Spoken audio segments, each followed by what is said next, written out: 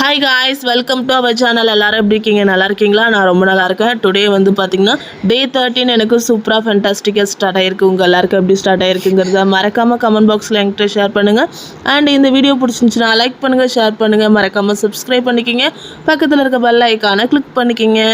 வாங்க இப்போது வீடியோக்குள்ளே போகலாம். வழக்கம் போல் மார்னிங் குயிக்காக வேக்கப் ஆகிட்டு ஃப்ரெஷ்அப் ஆகிட்டு எம்டி ஸ்டொமக்கில் வார்ம் வாட்டரில் ஆப்பிள் சிடர் வினிகர் ஆட் பண்ணி எடுத்துக்கிறேன். சரிங்களா? நான் டெய்லிக்கும் ஆப்பிள் சிடர் வினிகர்னு ஒரே பாட்டாக பாடிட்டுருக்கேன்னு நினைக்காதீங்க. உங்களுக்கு வேணும் அப்படின்னா ஜீரக தண்ணீர் நேற்று நான் சொன்ன மெத்தடில் தண்ணியை நல்லா கொதிக்க வச்சுட்டு நல்லா சூடான தண்ணியில் ஜீரகமோ சோம்போ பட்டையோ கிராம்போ உங்களுக்கு எது வேணுமோ போட்டு தட்டை போட்டு க்ளோஸ் பண்ணி வச்சிடணும். அது வந்து நைட்டு ஃபுல்லும் அப்படியே வச்சுட்டு மார்னிங் ஏஞ்சி கூட குடிக்கலாம். இல்லை உங்களுக்கு டைம் இல்லை அப்படின்னா மார்னிங் கூட அது மாதிரி பண்ணிவிட்டு நீங்கள் வந்து எம்டி ஸ்டொமக்கில் எடுத்துக்கலாம். சரிங்களா? அது உங்களோட விருப்பம் தான். முக்கியமாக இந்த ஹனி வித் லெமன்லாம் கேட்பாங்க. ரொம்ப நல்லது. மெட்டபாலிக் வந்து இன்க்ரீஸ் பண்ணுறதுக்கு ரொம்ப நல்லது. ஃபேட் பர்னுக்கும் ரொம்ப நல்லது தான். அதுக்கு வந்து தாராளமாக ப்ரியாரிட்டி நம்ம வந்து பார்த்திங்கன்னா கொடுக்கலாம். தாராளமாக எடுத்துக்கோங்க. அதில் ஒரே ஒரு டிஸ்அட்வான்டேஜ் என்னென்னா, நான் இந்த வீக்கில் நான் அந்த டிஸ்அட்வான்டேஜை ஃபேஸ் பண்ணேன். என்னென்னா, சுத்தமான ஹனியாக இருக்கணும். கலப்படமான ஹனியாக இருந்துச்சு அப்படின்னா கண்டிப்பாக டேஸ்ட் வந்து ஹனி மாதிரி தான் இருக்கும். ஆனால் நம்மளால் அவ்வளோ சீக்கிரம் வந்து கண்டே பிடிக்க முடியாது. ரொம்ப நாளைக்கு முன்னாடி ஒரு ஹனி பாட்டில் வாங்கினோம். அது நான் சாப்பிடவே இல்லை. இடையில நான் வந்து சுகர்லெஸ் டயட் வந்து எடுத்துகிட்டு இருந்தேன். அதனால் நான் வந்து ஃபுல்லாகவே சுகர் இருக்கிற எல்லா ஃபுட்டுமே வந்து அவாய்ட் பண்ணிட்டேன். அந்த ரீசனால் அந்த ஹனியை வந்து சாப்பிடாமே இருந்தேன். அப்புறம் எனக்கு மார்னிங் இன்டர்மிட்டிங் ஃபாஸ்டிங் கொஞ்சம் நாள் ஈவினிங் கொஞ்சம் சீக்கிரமாக சாப்பிட்டனால மார்னிங் வந்து இடையில கொஞ்சம் ஒரு மாதிரி வந்து சுகர் கம்மியாகிற லோ ஆகுற மாதிரி ஒரு மாதிரி ஃபீல், கொஞ்சம் டயர்டாகவும் கொஞ்சம் தலை சுற்றுற மாதிரி இருந்துச்சு. சரி, இந்த டயத்தில் வந்து நம்ம ஹேண்டில் பண்ணுறது எப்படி இருக்கணும் அப்படின்னா, இதை மாதிரி உங்களுக்கு இருக்குது அப்படின்னா இந்த ப்ராப்ளம் நீங்கள் வந்து இயர்லியாக சாப்பிட்டீங்க அப்படின்னா, டின்னர் இயர்லியாக கம்ப்ளீட் பண்ணிட்டோம் அப்படின்னா மறுநாள் வேக்கப் ஆகும்போது வந்து கொஞ்சம் டயர்ட்னஸ் எப்போதும் போல் இருக்கும். ஆனால் வந்து அதுக்கு வந்து தண்ணி நல்லா குடித்தோம் அப்படின்னா ஹைட்ரேட்டாக வச்சுக்கணும். டீஹைட்ரேட்டாக ஆச்சு அப்படின்னா சம்டைம்ஸ் வந்து இது மாதிரி மயக்கம் அது மாதிரி வரத்துக்கு சான்சஸ் இருக்குது. ஆனால் அது வந்து இந்த வாட்டர் எடுக்கிறோம் இல்லையா, டீடாக்ஸிங் ட்ரிங்க் எடுக்கிறோம் இல்லையா, அதில் வந்து கண்ட்ரோல் ஆகிடும். நான் மெயினாக வந்து ஆப்பிள் சிடர் வினிகர் டெய்லியும் எடுக்கிறதுக்கான மெயின் ரீசன் என்னென்னா, அதில் ஒரு புளிப்புத்தன்மையும் காரத்தன்மையும் இருக்குது இல்லையா, அது கொஞ்சம் நம்மளை வந்து ஹைட்ரேட்டாக வச்சுக்கும். கொஞ்சம் ஒரு திடீர்னு ஒரு எனர்ஜி பூஸ்ட் ஆன மாதிரி ஒரு ஃபீல் வந்து எனக்கு வந்து இருக்கும். ஆனால் அன்றைக்கி எடுத்துக்கிட்டுமே எனக்கு அப்படி இல்லை. கொஞ்சம் சரி ஓகே, வேறு ஏதாவது ஃபுட் எடுத்துக்கிறதுக்கு இது மாதிரி ஹனி மட்டும் ஒரு டேபிள் ஸ்பூன் சாப்பிட்லாம்னு சொல்லிட்டு நான் சாப்பிட்ட வேகத்துக்கு வந்து இன்சுலின் வந்து ஹைப்பானது எனக்கு நல்லா ஃபீல் பண்ண முடிஞ்சுது. அப்புறம் வந்து சரி அப்படின்னு சொல்லிட்டு கிட்ஸுக்கு கொடுக்கலான்ட்டு ஹனி எடுத்தால் ஃபஸ்ட்டு மேலோட்டமாக எடுத்துட்டேன். அதுக்கப்புறம் அடியிலேருந்து எடுக்கும்போது ஒரு மாதிரி கெட்டியாக வந்துச்சு. ஹஸ்பண்ட் பார்த்துட்டு இது வந்து ஹனி மாதிரியே தெரியலங்கோ. எனக்கு ஷாக் ஆகிடுச்சு. என்ன அப்படின்னா, அது கலப்படம் பண்ணியிருக்காங்க, சர்க்கரை பாவு கலந்தனால அது என்ன ஆகிடுச்சுன்னா, கொஞ்ச நாள் ஆனோடனையும் அந்த சர்க்கரையெல்லாம் வந்து அடியில் வந்து அப்படியே பாகு காய்ச்சதுக்கு அப்புறம் என்ன ஆகும், அப்படியே அடியில் தங்கும் இல்லையா, அதை மாதிரி வந்து நான் தங்கிருச்சு. எனக்கு அப்போயே டவுட் வந்துச்சு. ஏன்னா ஸ்வீட் வந்து பார்த்திங்கன்னா ஒவ்வொரு ஸ்வீட்டை பொறுத்து தான் இருக்குது. இப்போ வந்து நம்ம வந்து ஒயிட் சுகர் எடுத்தோன்னா நம்மளோட இன்சுலின் ஒரு மாதிரி ஹைப் ஆகும். நம்ம ப்ரௌன் சுகர் எடுத்தோன்னா ஒரு மாதிரி ஹைப் ஆகும். ஹனி எடுத்தோன்னா ஒரு ஹைப் ஆகும். இப்போ ஒயிட் சுகரை பொறுத்தவரையும் சாப்பிட்ட வேகத்துக்கு நமக்கு வந்து பார்த்திங்கன்னா பூஸ்ட் ஆகும். ப்ரௌன் சுகரும் அது மாதிரி தான். பட் அதில் கொஞ்சம் நேச்சுரலான ஒரு சில விஷயங்கள் இருக்கிறனால ஓரளவுக்கு ஸ்டேபிளாக இருக்குன்னு வச்சுக்கோங்களேன். எடுத்துக்கிற அளவு பொறுத்து இருக்குது. நீங்கள் புதுசாக ப்ரௌன் சுகர் சாப்பிட்றவங்களுக்கு என்கிட்ட கேட்டிருந்தாங்க, காஃபியில் சுகர் ஆட் பண்ணுவீங்களான்னு. நான் வந்து இப்போது ஒயிட் சுகர் வந்து 2 டேபிள் ஸ்பூன் ஆட் பண்ணுறோம் அப்படின்னா ப்ரௌன் சுகர் 1 டேபிள் ஸ்பூன் இல்லை ஆஃப் அதை மாதிரி தான் எடுத்துப்பேன். சுகர் இல்லாமல் குடிக்கிறதுக்கு கஷ்டமாக இருக்கும் இல்லையா, இல்லை நான் ரொம்ப ஸ்ட்ராங்காக தான் காஃபி எடுத்துப்பேன். அது ஃப்ரெஷ்னஸ்க்காக அது எவ்வளவோ சேஞ்ச் பண்ணணும் ட்ரை பண்ணியாச்சு. பட் மென்டலி அப்படி ஃபிக்ஸ் ஆகிடுச்சு காஃபி வந்து ஃப்ரெஷ்னஸ்க்காக அப்படிங்கிற மாதிரி. அதனால நான் அப்படி வந்து காஃபி வந்து எடுத்துக்கிறது. ஸ்ட்ராங்காக எடுத்துக்கிட்டு ஆஃப் வந்து பார்த்திங்கன்னா ப்ரௌன் சுகர் அது மாதிரி வந்து நான் ஆட் பண்ணிப்பேன். இப்போ ஹனியை பொறுத்தவரையும் ஒயிட் சுகர் அளவுக்கு வந்து ஹைப் ஆகாது இன்சுலின் நமக்கு உடனே இமிடியேட்டாக. அதனால் வந்து ஓவராகவும் ஹனி வந்து எடுத்துடக்கூடாது. இப்போது ரீசெண்டாக இதில் இருக்கிற டிஸ்அட்வான்டேஜு இது கலப்படம்ங்கிற ஒரு விஷயந்தான். உங்களுக்கு நேச்சுரலாக உங்கள் கண் முன்னாடி யாராவது ஹனி எடுத்து கொடுக்குறாங்க தேன்கூட்டிலேருந்து அப்படின்னா நீங்கள் வந்து தாராளமாக வந்து டெய்லியும் ஹனி வித் லெமன் அது மாதிரி வந்து எடுத்துக்கிறது ரொம்ப ரொம்ப நல்லது. நான் வந்து ஹில் ஸ்டேஷன் போகும்போது அங்கே வந்து என்னென்னா ஹனி டீ குடித்தேன். அப்பா எனக்கு இன்னும் அப்படியே அதில் வந்து அந்த மைண்டில் இருக்குது. அதோட டேஸ்ட்னஸ் வந்து பியூர் ஹனி தான். நல்லா அதோட டிஃப்ரென்சியேஷன் நம்மளால் கண்டுபிடிக்க முடிஞ்சுது. அந்த டைமில் வந்து பார்த்திங்கன்னா பயங்கர குளிர். காஃபிக்கு மில்க் இல்லை, எதுவுமே இல்லைன்னு சொல்லிட்டாங்க. பிளாக் டீ இல்லைனா லெமன் டீ இல்லைனா ஹனி டீன்னாங்க. நம்ம பிளாக் டீ கேள்விப்பட்டிருக்கோம், லெமன் டீ கேள்விப்பட்டிருக்கோம், இதனடா ஹனி டீ அப்படின்ட்டு சரி ட்ரை பண்ணி பார்க்கலாம் தான் ட்ரை பண்ணோம்.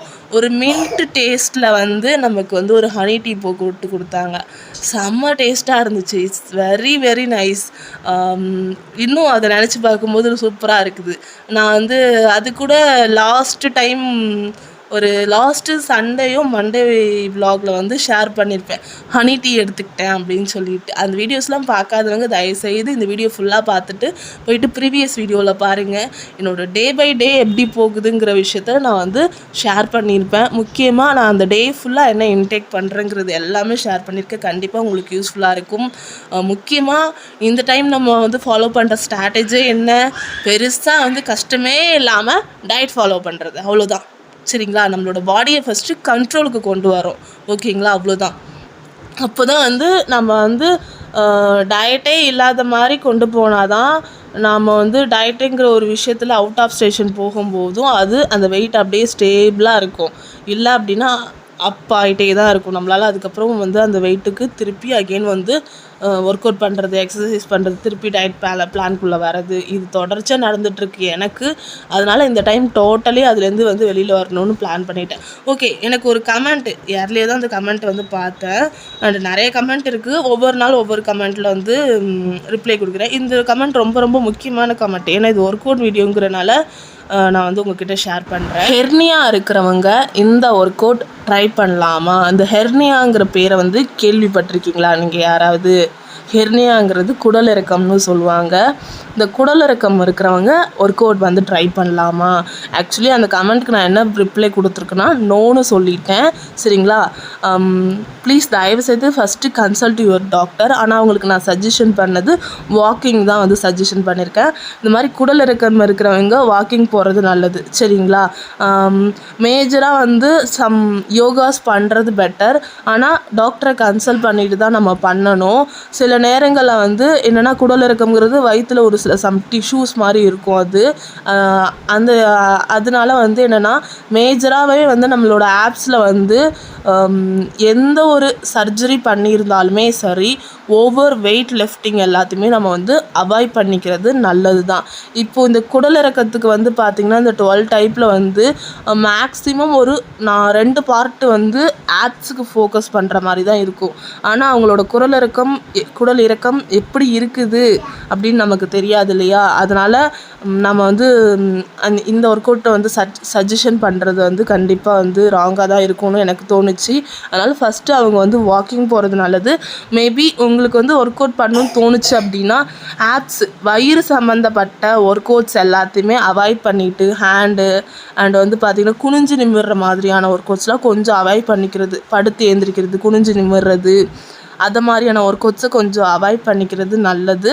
நீங்கள் டாக்டரை கன்சல்ட் பண்ணிவிட்டு எதை மாதிரியான ஒர்க் அவுட்ஸ் பண்ணலான்ட்டு நீங்கள் வந்து இது பண்ணுங்கள். ஆனால் என்ன கேட்டால் வாக்கிங் போகிறது வந்து பெட்டராக தான் இருக்கும். இதை மாதிரி மேஜராக உங்களுக்கு ஆப்ஸில் வந்து என்ன இன்ஜுரிஸ் இருந்தாலுமே சரி, எதை மாதிரியான பிரச்சனைகள் இருந்தாலுமே சரி, நீங்கள் ஒன்ஸ் வந்து உங்களோட டாக்டரை கன்சல்ட் பண்ணிக்கிட்டு நான் வந்து என்னோடய சிசரியனுக்கு அப்புறம் வந்து ஆப்ஸை குறைக்கணும் அப்படின்னு நான் டாக்டர்கிட்ட போகும்போது கம்பல்சரி நீங்கள் வந்து ஒர்க் அவுட் பண்ணால் மட்டும்தான் முடியும்னு சொல்லி டாக்டர் சஜஷன் பண்ணதுக்கப்புறம் தான் என்னோடய ஸ்டிச்சஸ் எப்படி இருக்குது, இந்த ஸ்டிச்சஸ்னால் எனக்கு நான் ஒர்க் அவுட் பண்ணும்போது ஏதாவது ப்ராப்ளம் ஆகுமா அப்படின்னு நான் டாக்டரை கன்சல்ட் பண்ணதுக்கு அப்புறம் தான் நான் வந்து பார்த்திங்கன்னா இந்த ஒர்க் அவுட்ஸே ஸ்டார்ட் பண்ணேன். அதனால எப்படியா இருந்தாலுமே சிசரியன்லாம் முடிச்சதுக்கப்புறம் வந்து பார்த்திங்கன்னா செக்கப்புக்கு வர சொல்லுவாங்க.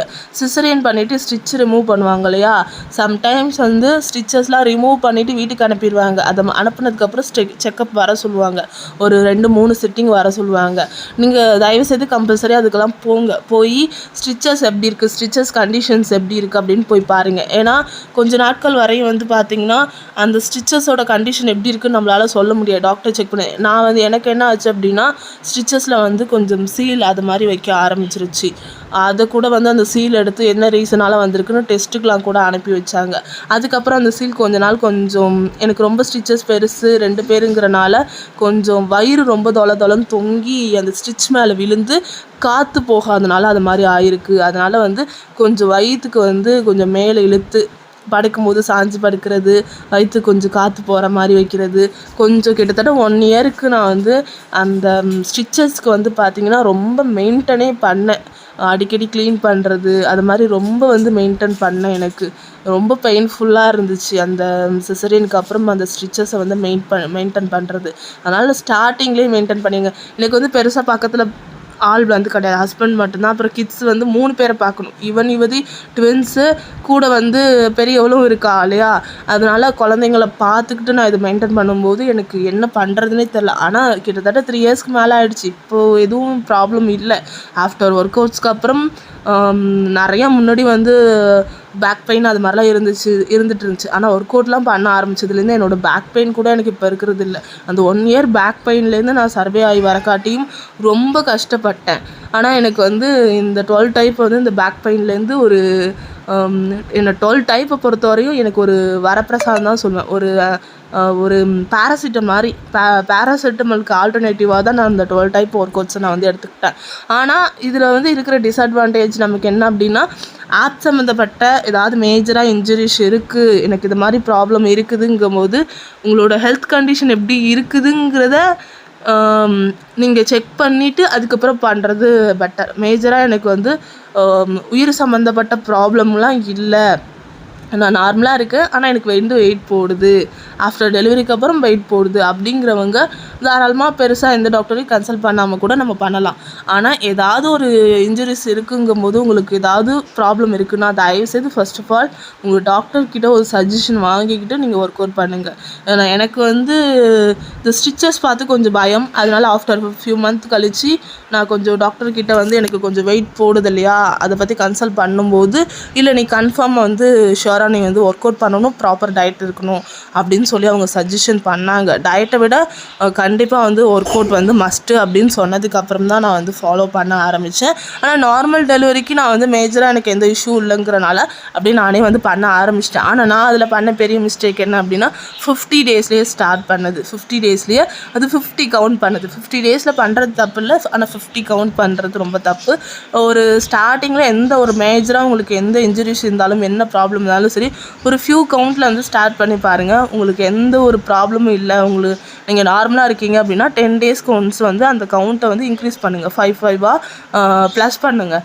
அப்போ வந்து உங்களுக்கு வந்து தெரியும், சரிங்களா. ஆனால் இந்த குடல் இறக்கம் இது மாதிரி ப்ராப்ளம் இருக்கிறவங்க ஆப் சம்மந்தப்பட்ட ஒர்க் அவுட்ஸ் வந்து பண்ண வேண்டாம். ஆனால் இந்த இடத்துல ஒரு மெமரி சொல்லணும். என்ன அப்படின்னா, யுவதிக்கு ட்வின்ஸ் இல்லையா, அப்போது ஒரு 7 மந்த்துக்கு அப்புறம் 7 மந்த்தோ 5 மந்த்துக்கு அப்புறம் வந்து எனக்கு வயிறு ரொம்ப பெருசாகும்போது என்னோடய வயிறோடு சேர்ந்து ஏதோ வந்து பார்த்திங்கன்னா ஒரு மாதிரி ஒரு வளைவு ஒன்று எனக்கு தென்பட்டுச்சு. அப்போ வந்து நான் சரி இமிடியேட்டாக எனக்கு கொஞ்சம் பயம். ஒரு கட்டத்துக்கு அப்புறம் நான் ரொம்ப நாளாக பார்த்துட்டே இருக்கேன், திடீர்னு வருது திடீர்னு மறைஞ்சிருது. அப்புறம் வந்து நாங்கள் வந்து இமிடியேட்டாக ஹாஸ்பிட்டல் போனோம். ஹாஸ்பிட்டல் போயிட்டு எல்லாரையும் பயமுறுத்தி விட்டுட்டேன். இல்லை எனக்கு வந்து வயிற்றில் வந்து கரெக்டாக வந்து தொப்புளுக்கு கீழே வந்து பார்த்திங்கன்னா ஏதோ வந்து இருக்கிற மாதிரி இருக்குது பாருங்கள், வெளியில் தெரியுது பாருங்கள், தசை தனியாக தெரியுது வெளியில் அப்படின்னு சொல்லவும் எல்லாரும் வந்து பயந்துட்டாங்க. எல்லாருமே பயந்துட்டு சரி ஓகே இமிடியேட்டாக வந்து ஸ்கேன் எடுத்தே ஆகணும்னு சொல்லவும் ஹஸ்பண்ட் வந்து இது என்னன்னு தெரியலல, என்னன்னு தெரியாமல் உனக்கு பெயின் இல்லை, நார்மலாக தானே இருக்கா, அப்போ எதுக்கு அப்படிங்கிற மாதிரி எல்லோரும் யோசிச்சாங்க. வீட்டில் எல்லோரும் ஸ்கேன் எதுக்கு இமீடியட்டாக எடுக்கணும் அப்படின்னு யோசிச்சாங்க. இல்லை எனக்கு என்னன்னு தெரிஞ்சாகணும், எனக்கு பயமாக இருக்குது அப்படின்னு சொல்லவும் ஹாஸ்பிட்டல் போனோம். ஸ்கேன் எடுத்து பார்த்தா ஸ்கேனில் வந்து அந்த இடத்துல குழந்தையோட கை எலும்பு அப்புறம் வந்து முட்டி அது மாதிரி தான் ஏதோ ஒன்று இருக்குது. ஆனால் நீங்கள் சொல்கிற மாதிரி சதை வந்து இல்லை, ஆனால் சதை வெளியில் தெரியுது, அது என்னன்னு தெரியல அப்படிங்கிற மாதிரி சொன்னாங்க. அது அப்படியே தான் கொஞ்ச நாள் கண்டினியூ ஆகிட்டே இருந்துச்சு. அது என்னன்னு கண்டே பிடிக்க முடியல. ஆனால் டாக்டர் சொன்ன ஒரு விஷயம் என்னென்னா, ஒன்று வந்து குடலிறக்கமாக இருக்கணும், இல்லை அப்படின்னா குழந்தையோட கை இல்லை காலாக இருக்கணும். அந்த இடத்துல கை இல்லை கால் தான் இருக்குது, கையும் காலும் மட்டும்தான் இருக்குது. அதுதான் அப்பப்போ வந்து குழந்தை வந்து புஷ் பண்ணும்போது அந்த சதை வெளியில் வருதா என்னன்னு தெரியல, அப்படி இல்லைன்னா சம் டிஷ்யூஸ் அதை மாதிரி இருக்கலாம் அப்படிங்கிற மாதிரி சொல்லிட்டாங்க. எனக்கு என்ன பண்ணுறது தெரில. அப்புறமேலு கொஞ்சம் நாட்கள் ஆக ஆக ஆக அப்புறம் ஆஃப்டர் டெலிவரிக்கு அப்புறம் அது மாதிரியான டிஷ்யூவை நான் வந்து பார்க்கவே இல்லை. மேபி வந்து பேபியோட ஹேண்ட் அண்ட் ஃபுட்டாக கூட இருந்திருக்கலாம். ஆனால் நான் ரொம்ப வந்து பேனிக் ஆகிட்டேன் அந்த டைமில். அது ஒரு மெமரி. நான் மட்டும் பேனிக் ஆகலை, டோட்டல் வீட்டில் இருக்கிற எல்லாரையும் பேனிக் ஆக்கிட்டு டாக்டரையே வந்து ஒரு வழி ஆக்கிட்டேன் அன்றைக்கி. ஏன்னா இந்த ப்ரெக்னன்சி ரொம்ப ரிஸ்க்குங்கிறனால ரொம்ப கேர்ஃபுல்லாக வந்து டாக்டர்ஸாக இருக்கட்டும் எல்லாருமே ஹேண்டில் பண்ணிகிட்டு இருந்தாங்க. ஓகே, இப்போ வந்து பார்த்திங்கன்னா சூப்பராக வந்து நம்ம வந்து ஒர்க் அவுட்ஸ் பண்ணியாச்சு. இன்றைக்கி டேவே வந்து சூப்பராக வந்து எனக்கு வந்து போச்சு. இந்த டே பை டே வந்து எப்படி ஃபீல் பண்ணுறீங்க அப்படிங்கிறதையும் கமெண்ட் செக்ஷனில் சொல்லுங்கள். நான் டீமோட்டிவேட்டுங்கிற ஒரு விஷயம் இருக்குது இல்லையா, அது டோட்டலாக எல்லாத்தையும் ஸ்பாயில் பண்ணி விட்டுட்டு வந்து போயிடும். அதனால் உங்களுக்கு எப்படி ஃபீல் ஆகுது, நீங்கள் எப்படி ஃபீல் பண்ணுறீங்கிறத வந்து என்கிட்ட கமெண்ட் செக்ஷனில் சொல்லுங்கள். இல்லை அப்படின்னா 3:30க்கு நான் லைவ் வருவேன். அப்போ வந்து என்கிட்ட வந்து ஷேர் பண்ணுங்கள். கண்டிப்பாக சொல்யூஷன் கிடைக்குமான்னு எனக்கு தெரியல, பட் ஒரு ரிலாக்ஸேஷன் கிடைக்கும் ஷோராக. ஓகேவா? அந்த 12 டைப்பை பொறுத்த வரையும் தாராளமாக பண்ணலாம் ஃபஸ்ட்டு பண்ணுறவங்க. ஆனால் 5 கவுண்டில் பண்ணணும், சரிங்களா? 5 கவுண்டில் பண்ணும்போது தான் பாடியில் சம் பெயின்ஸ் வந்து இருக்காது. சம்டைம்ஸ் வந்து இந்த ஆப்ஸில் ஃபோக்கஸ் பண்ணும்போது என்ன ஆகும்னா, ஆப்ஸ்க்கு மேலே கொஞ்சம் லைட்டாக பெயினாக இருக்கும். ஆனால் அது 5 கவுண்டில் பண்ணும்போது சுத்தமாக இருக்காது. அதிகமாக 20, 15 பண்ணும்போது கண்டிப்பாக மறுநாள் இருக்கும்.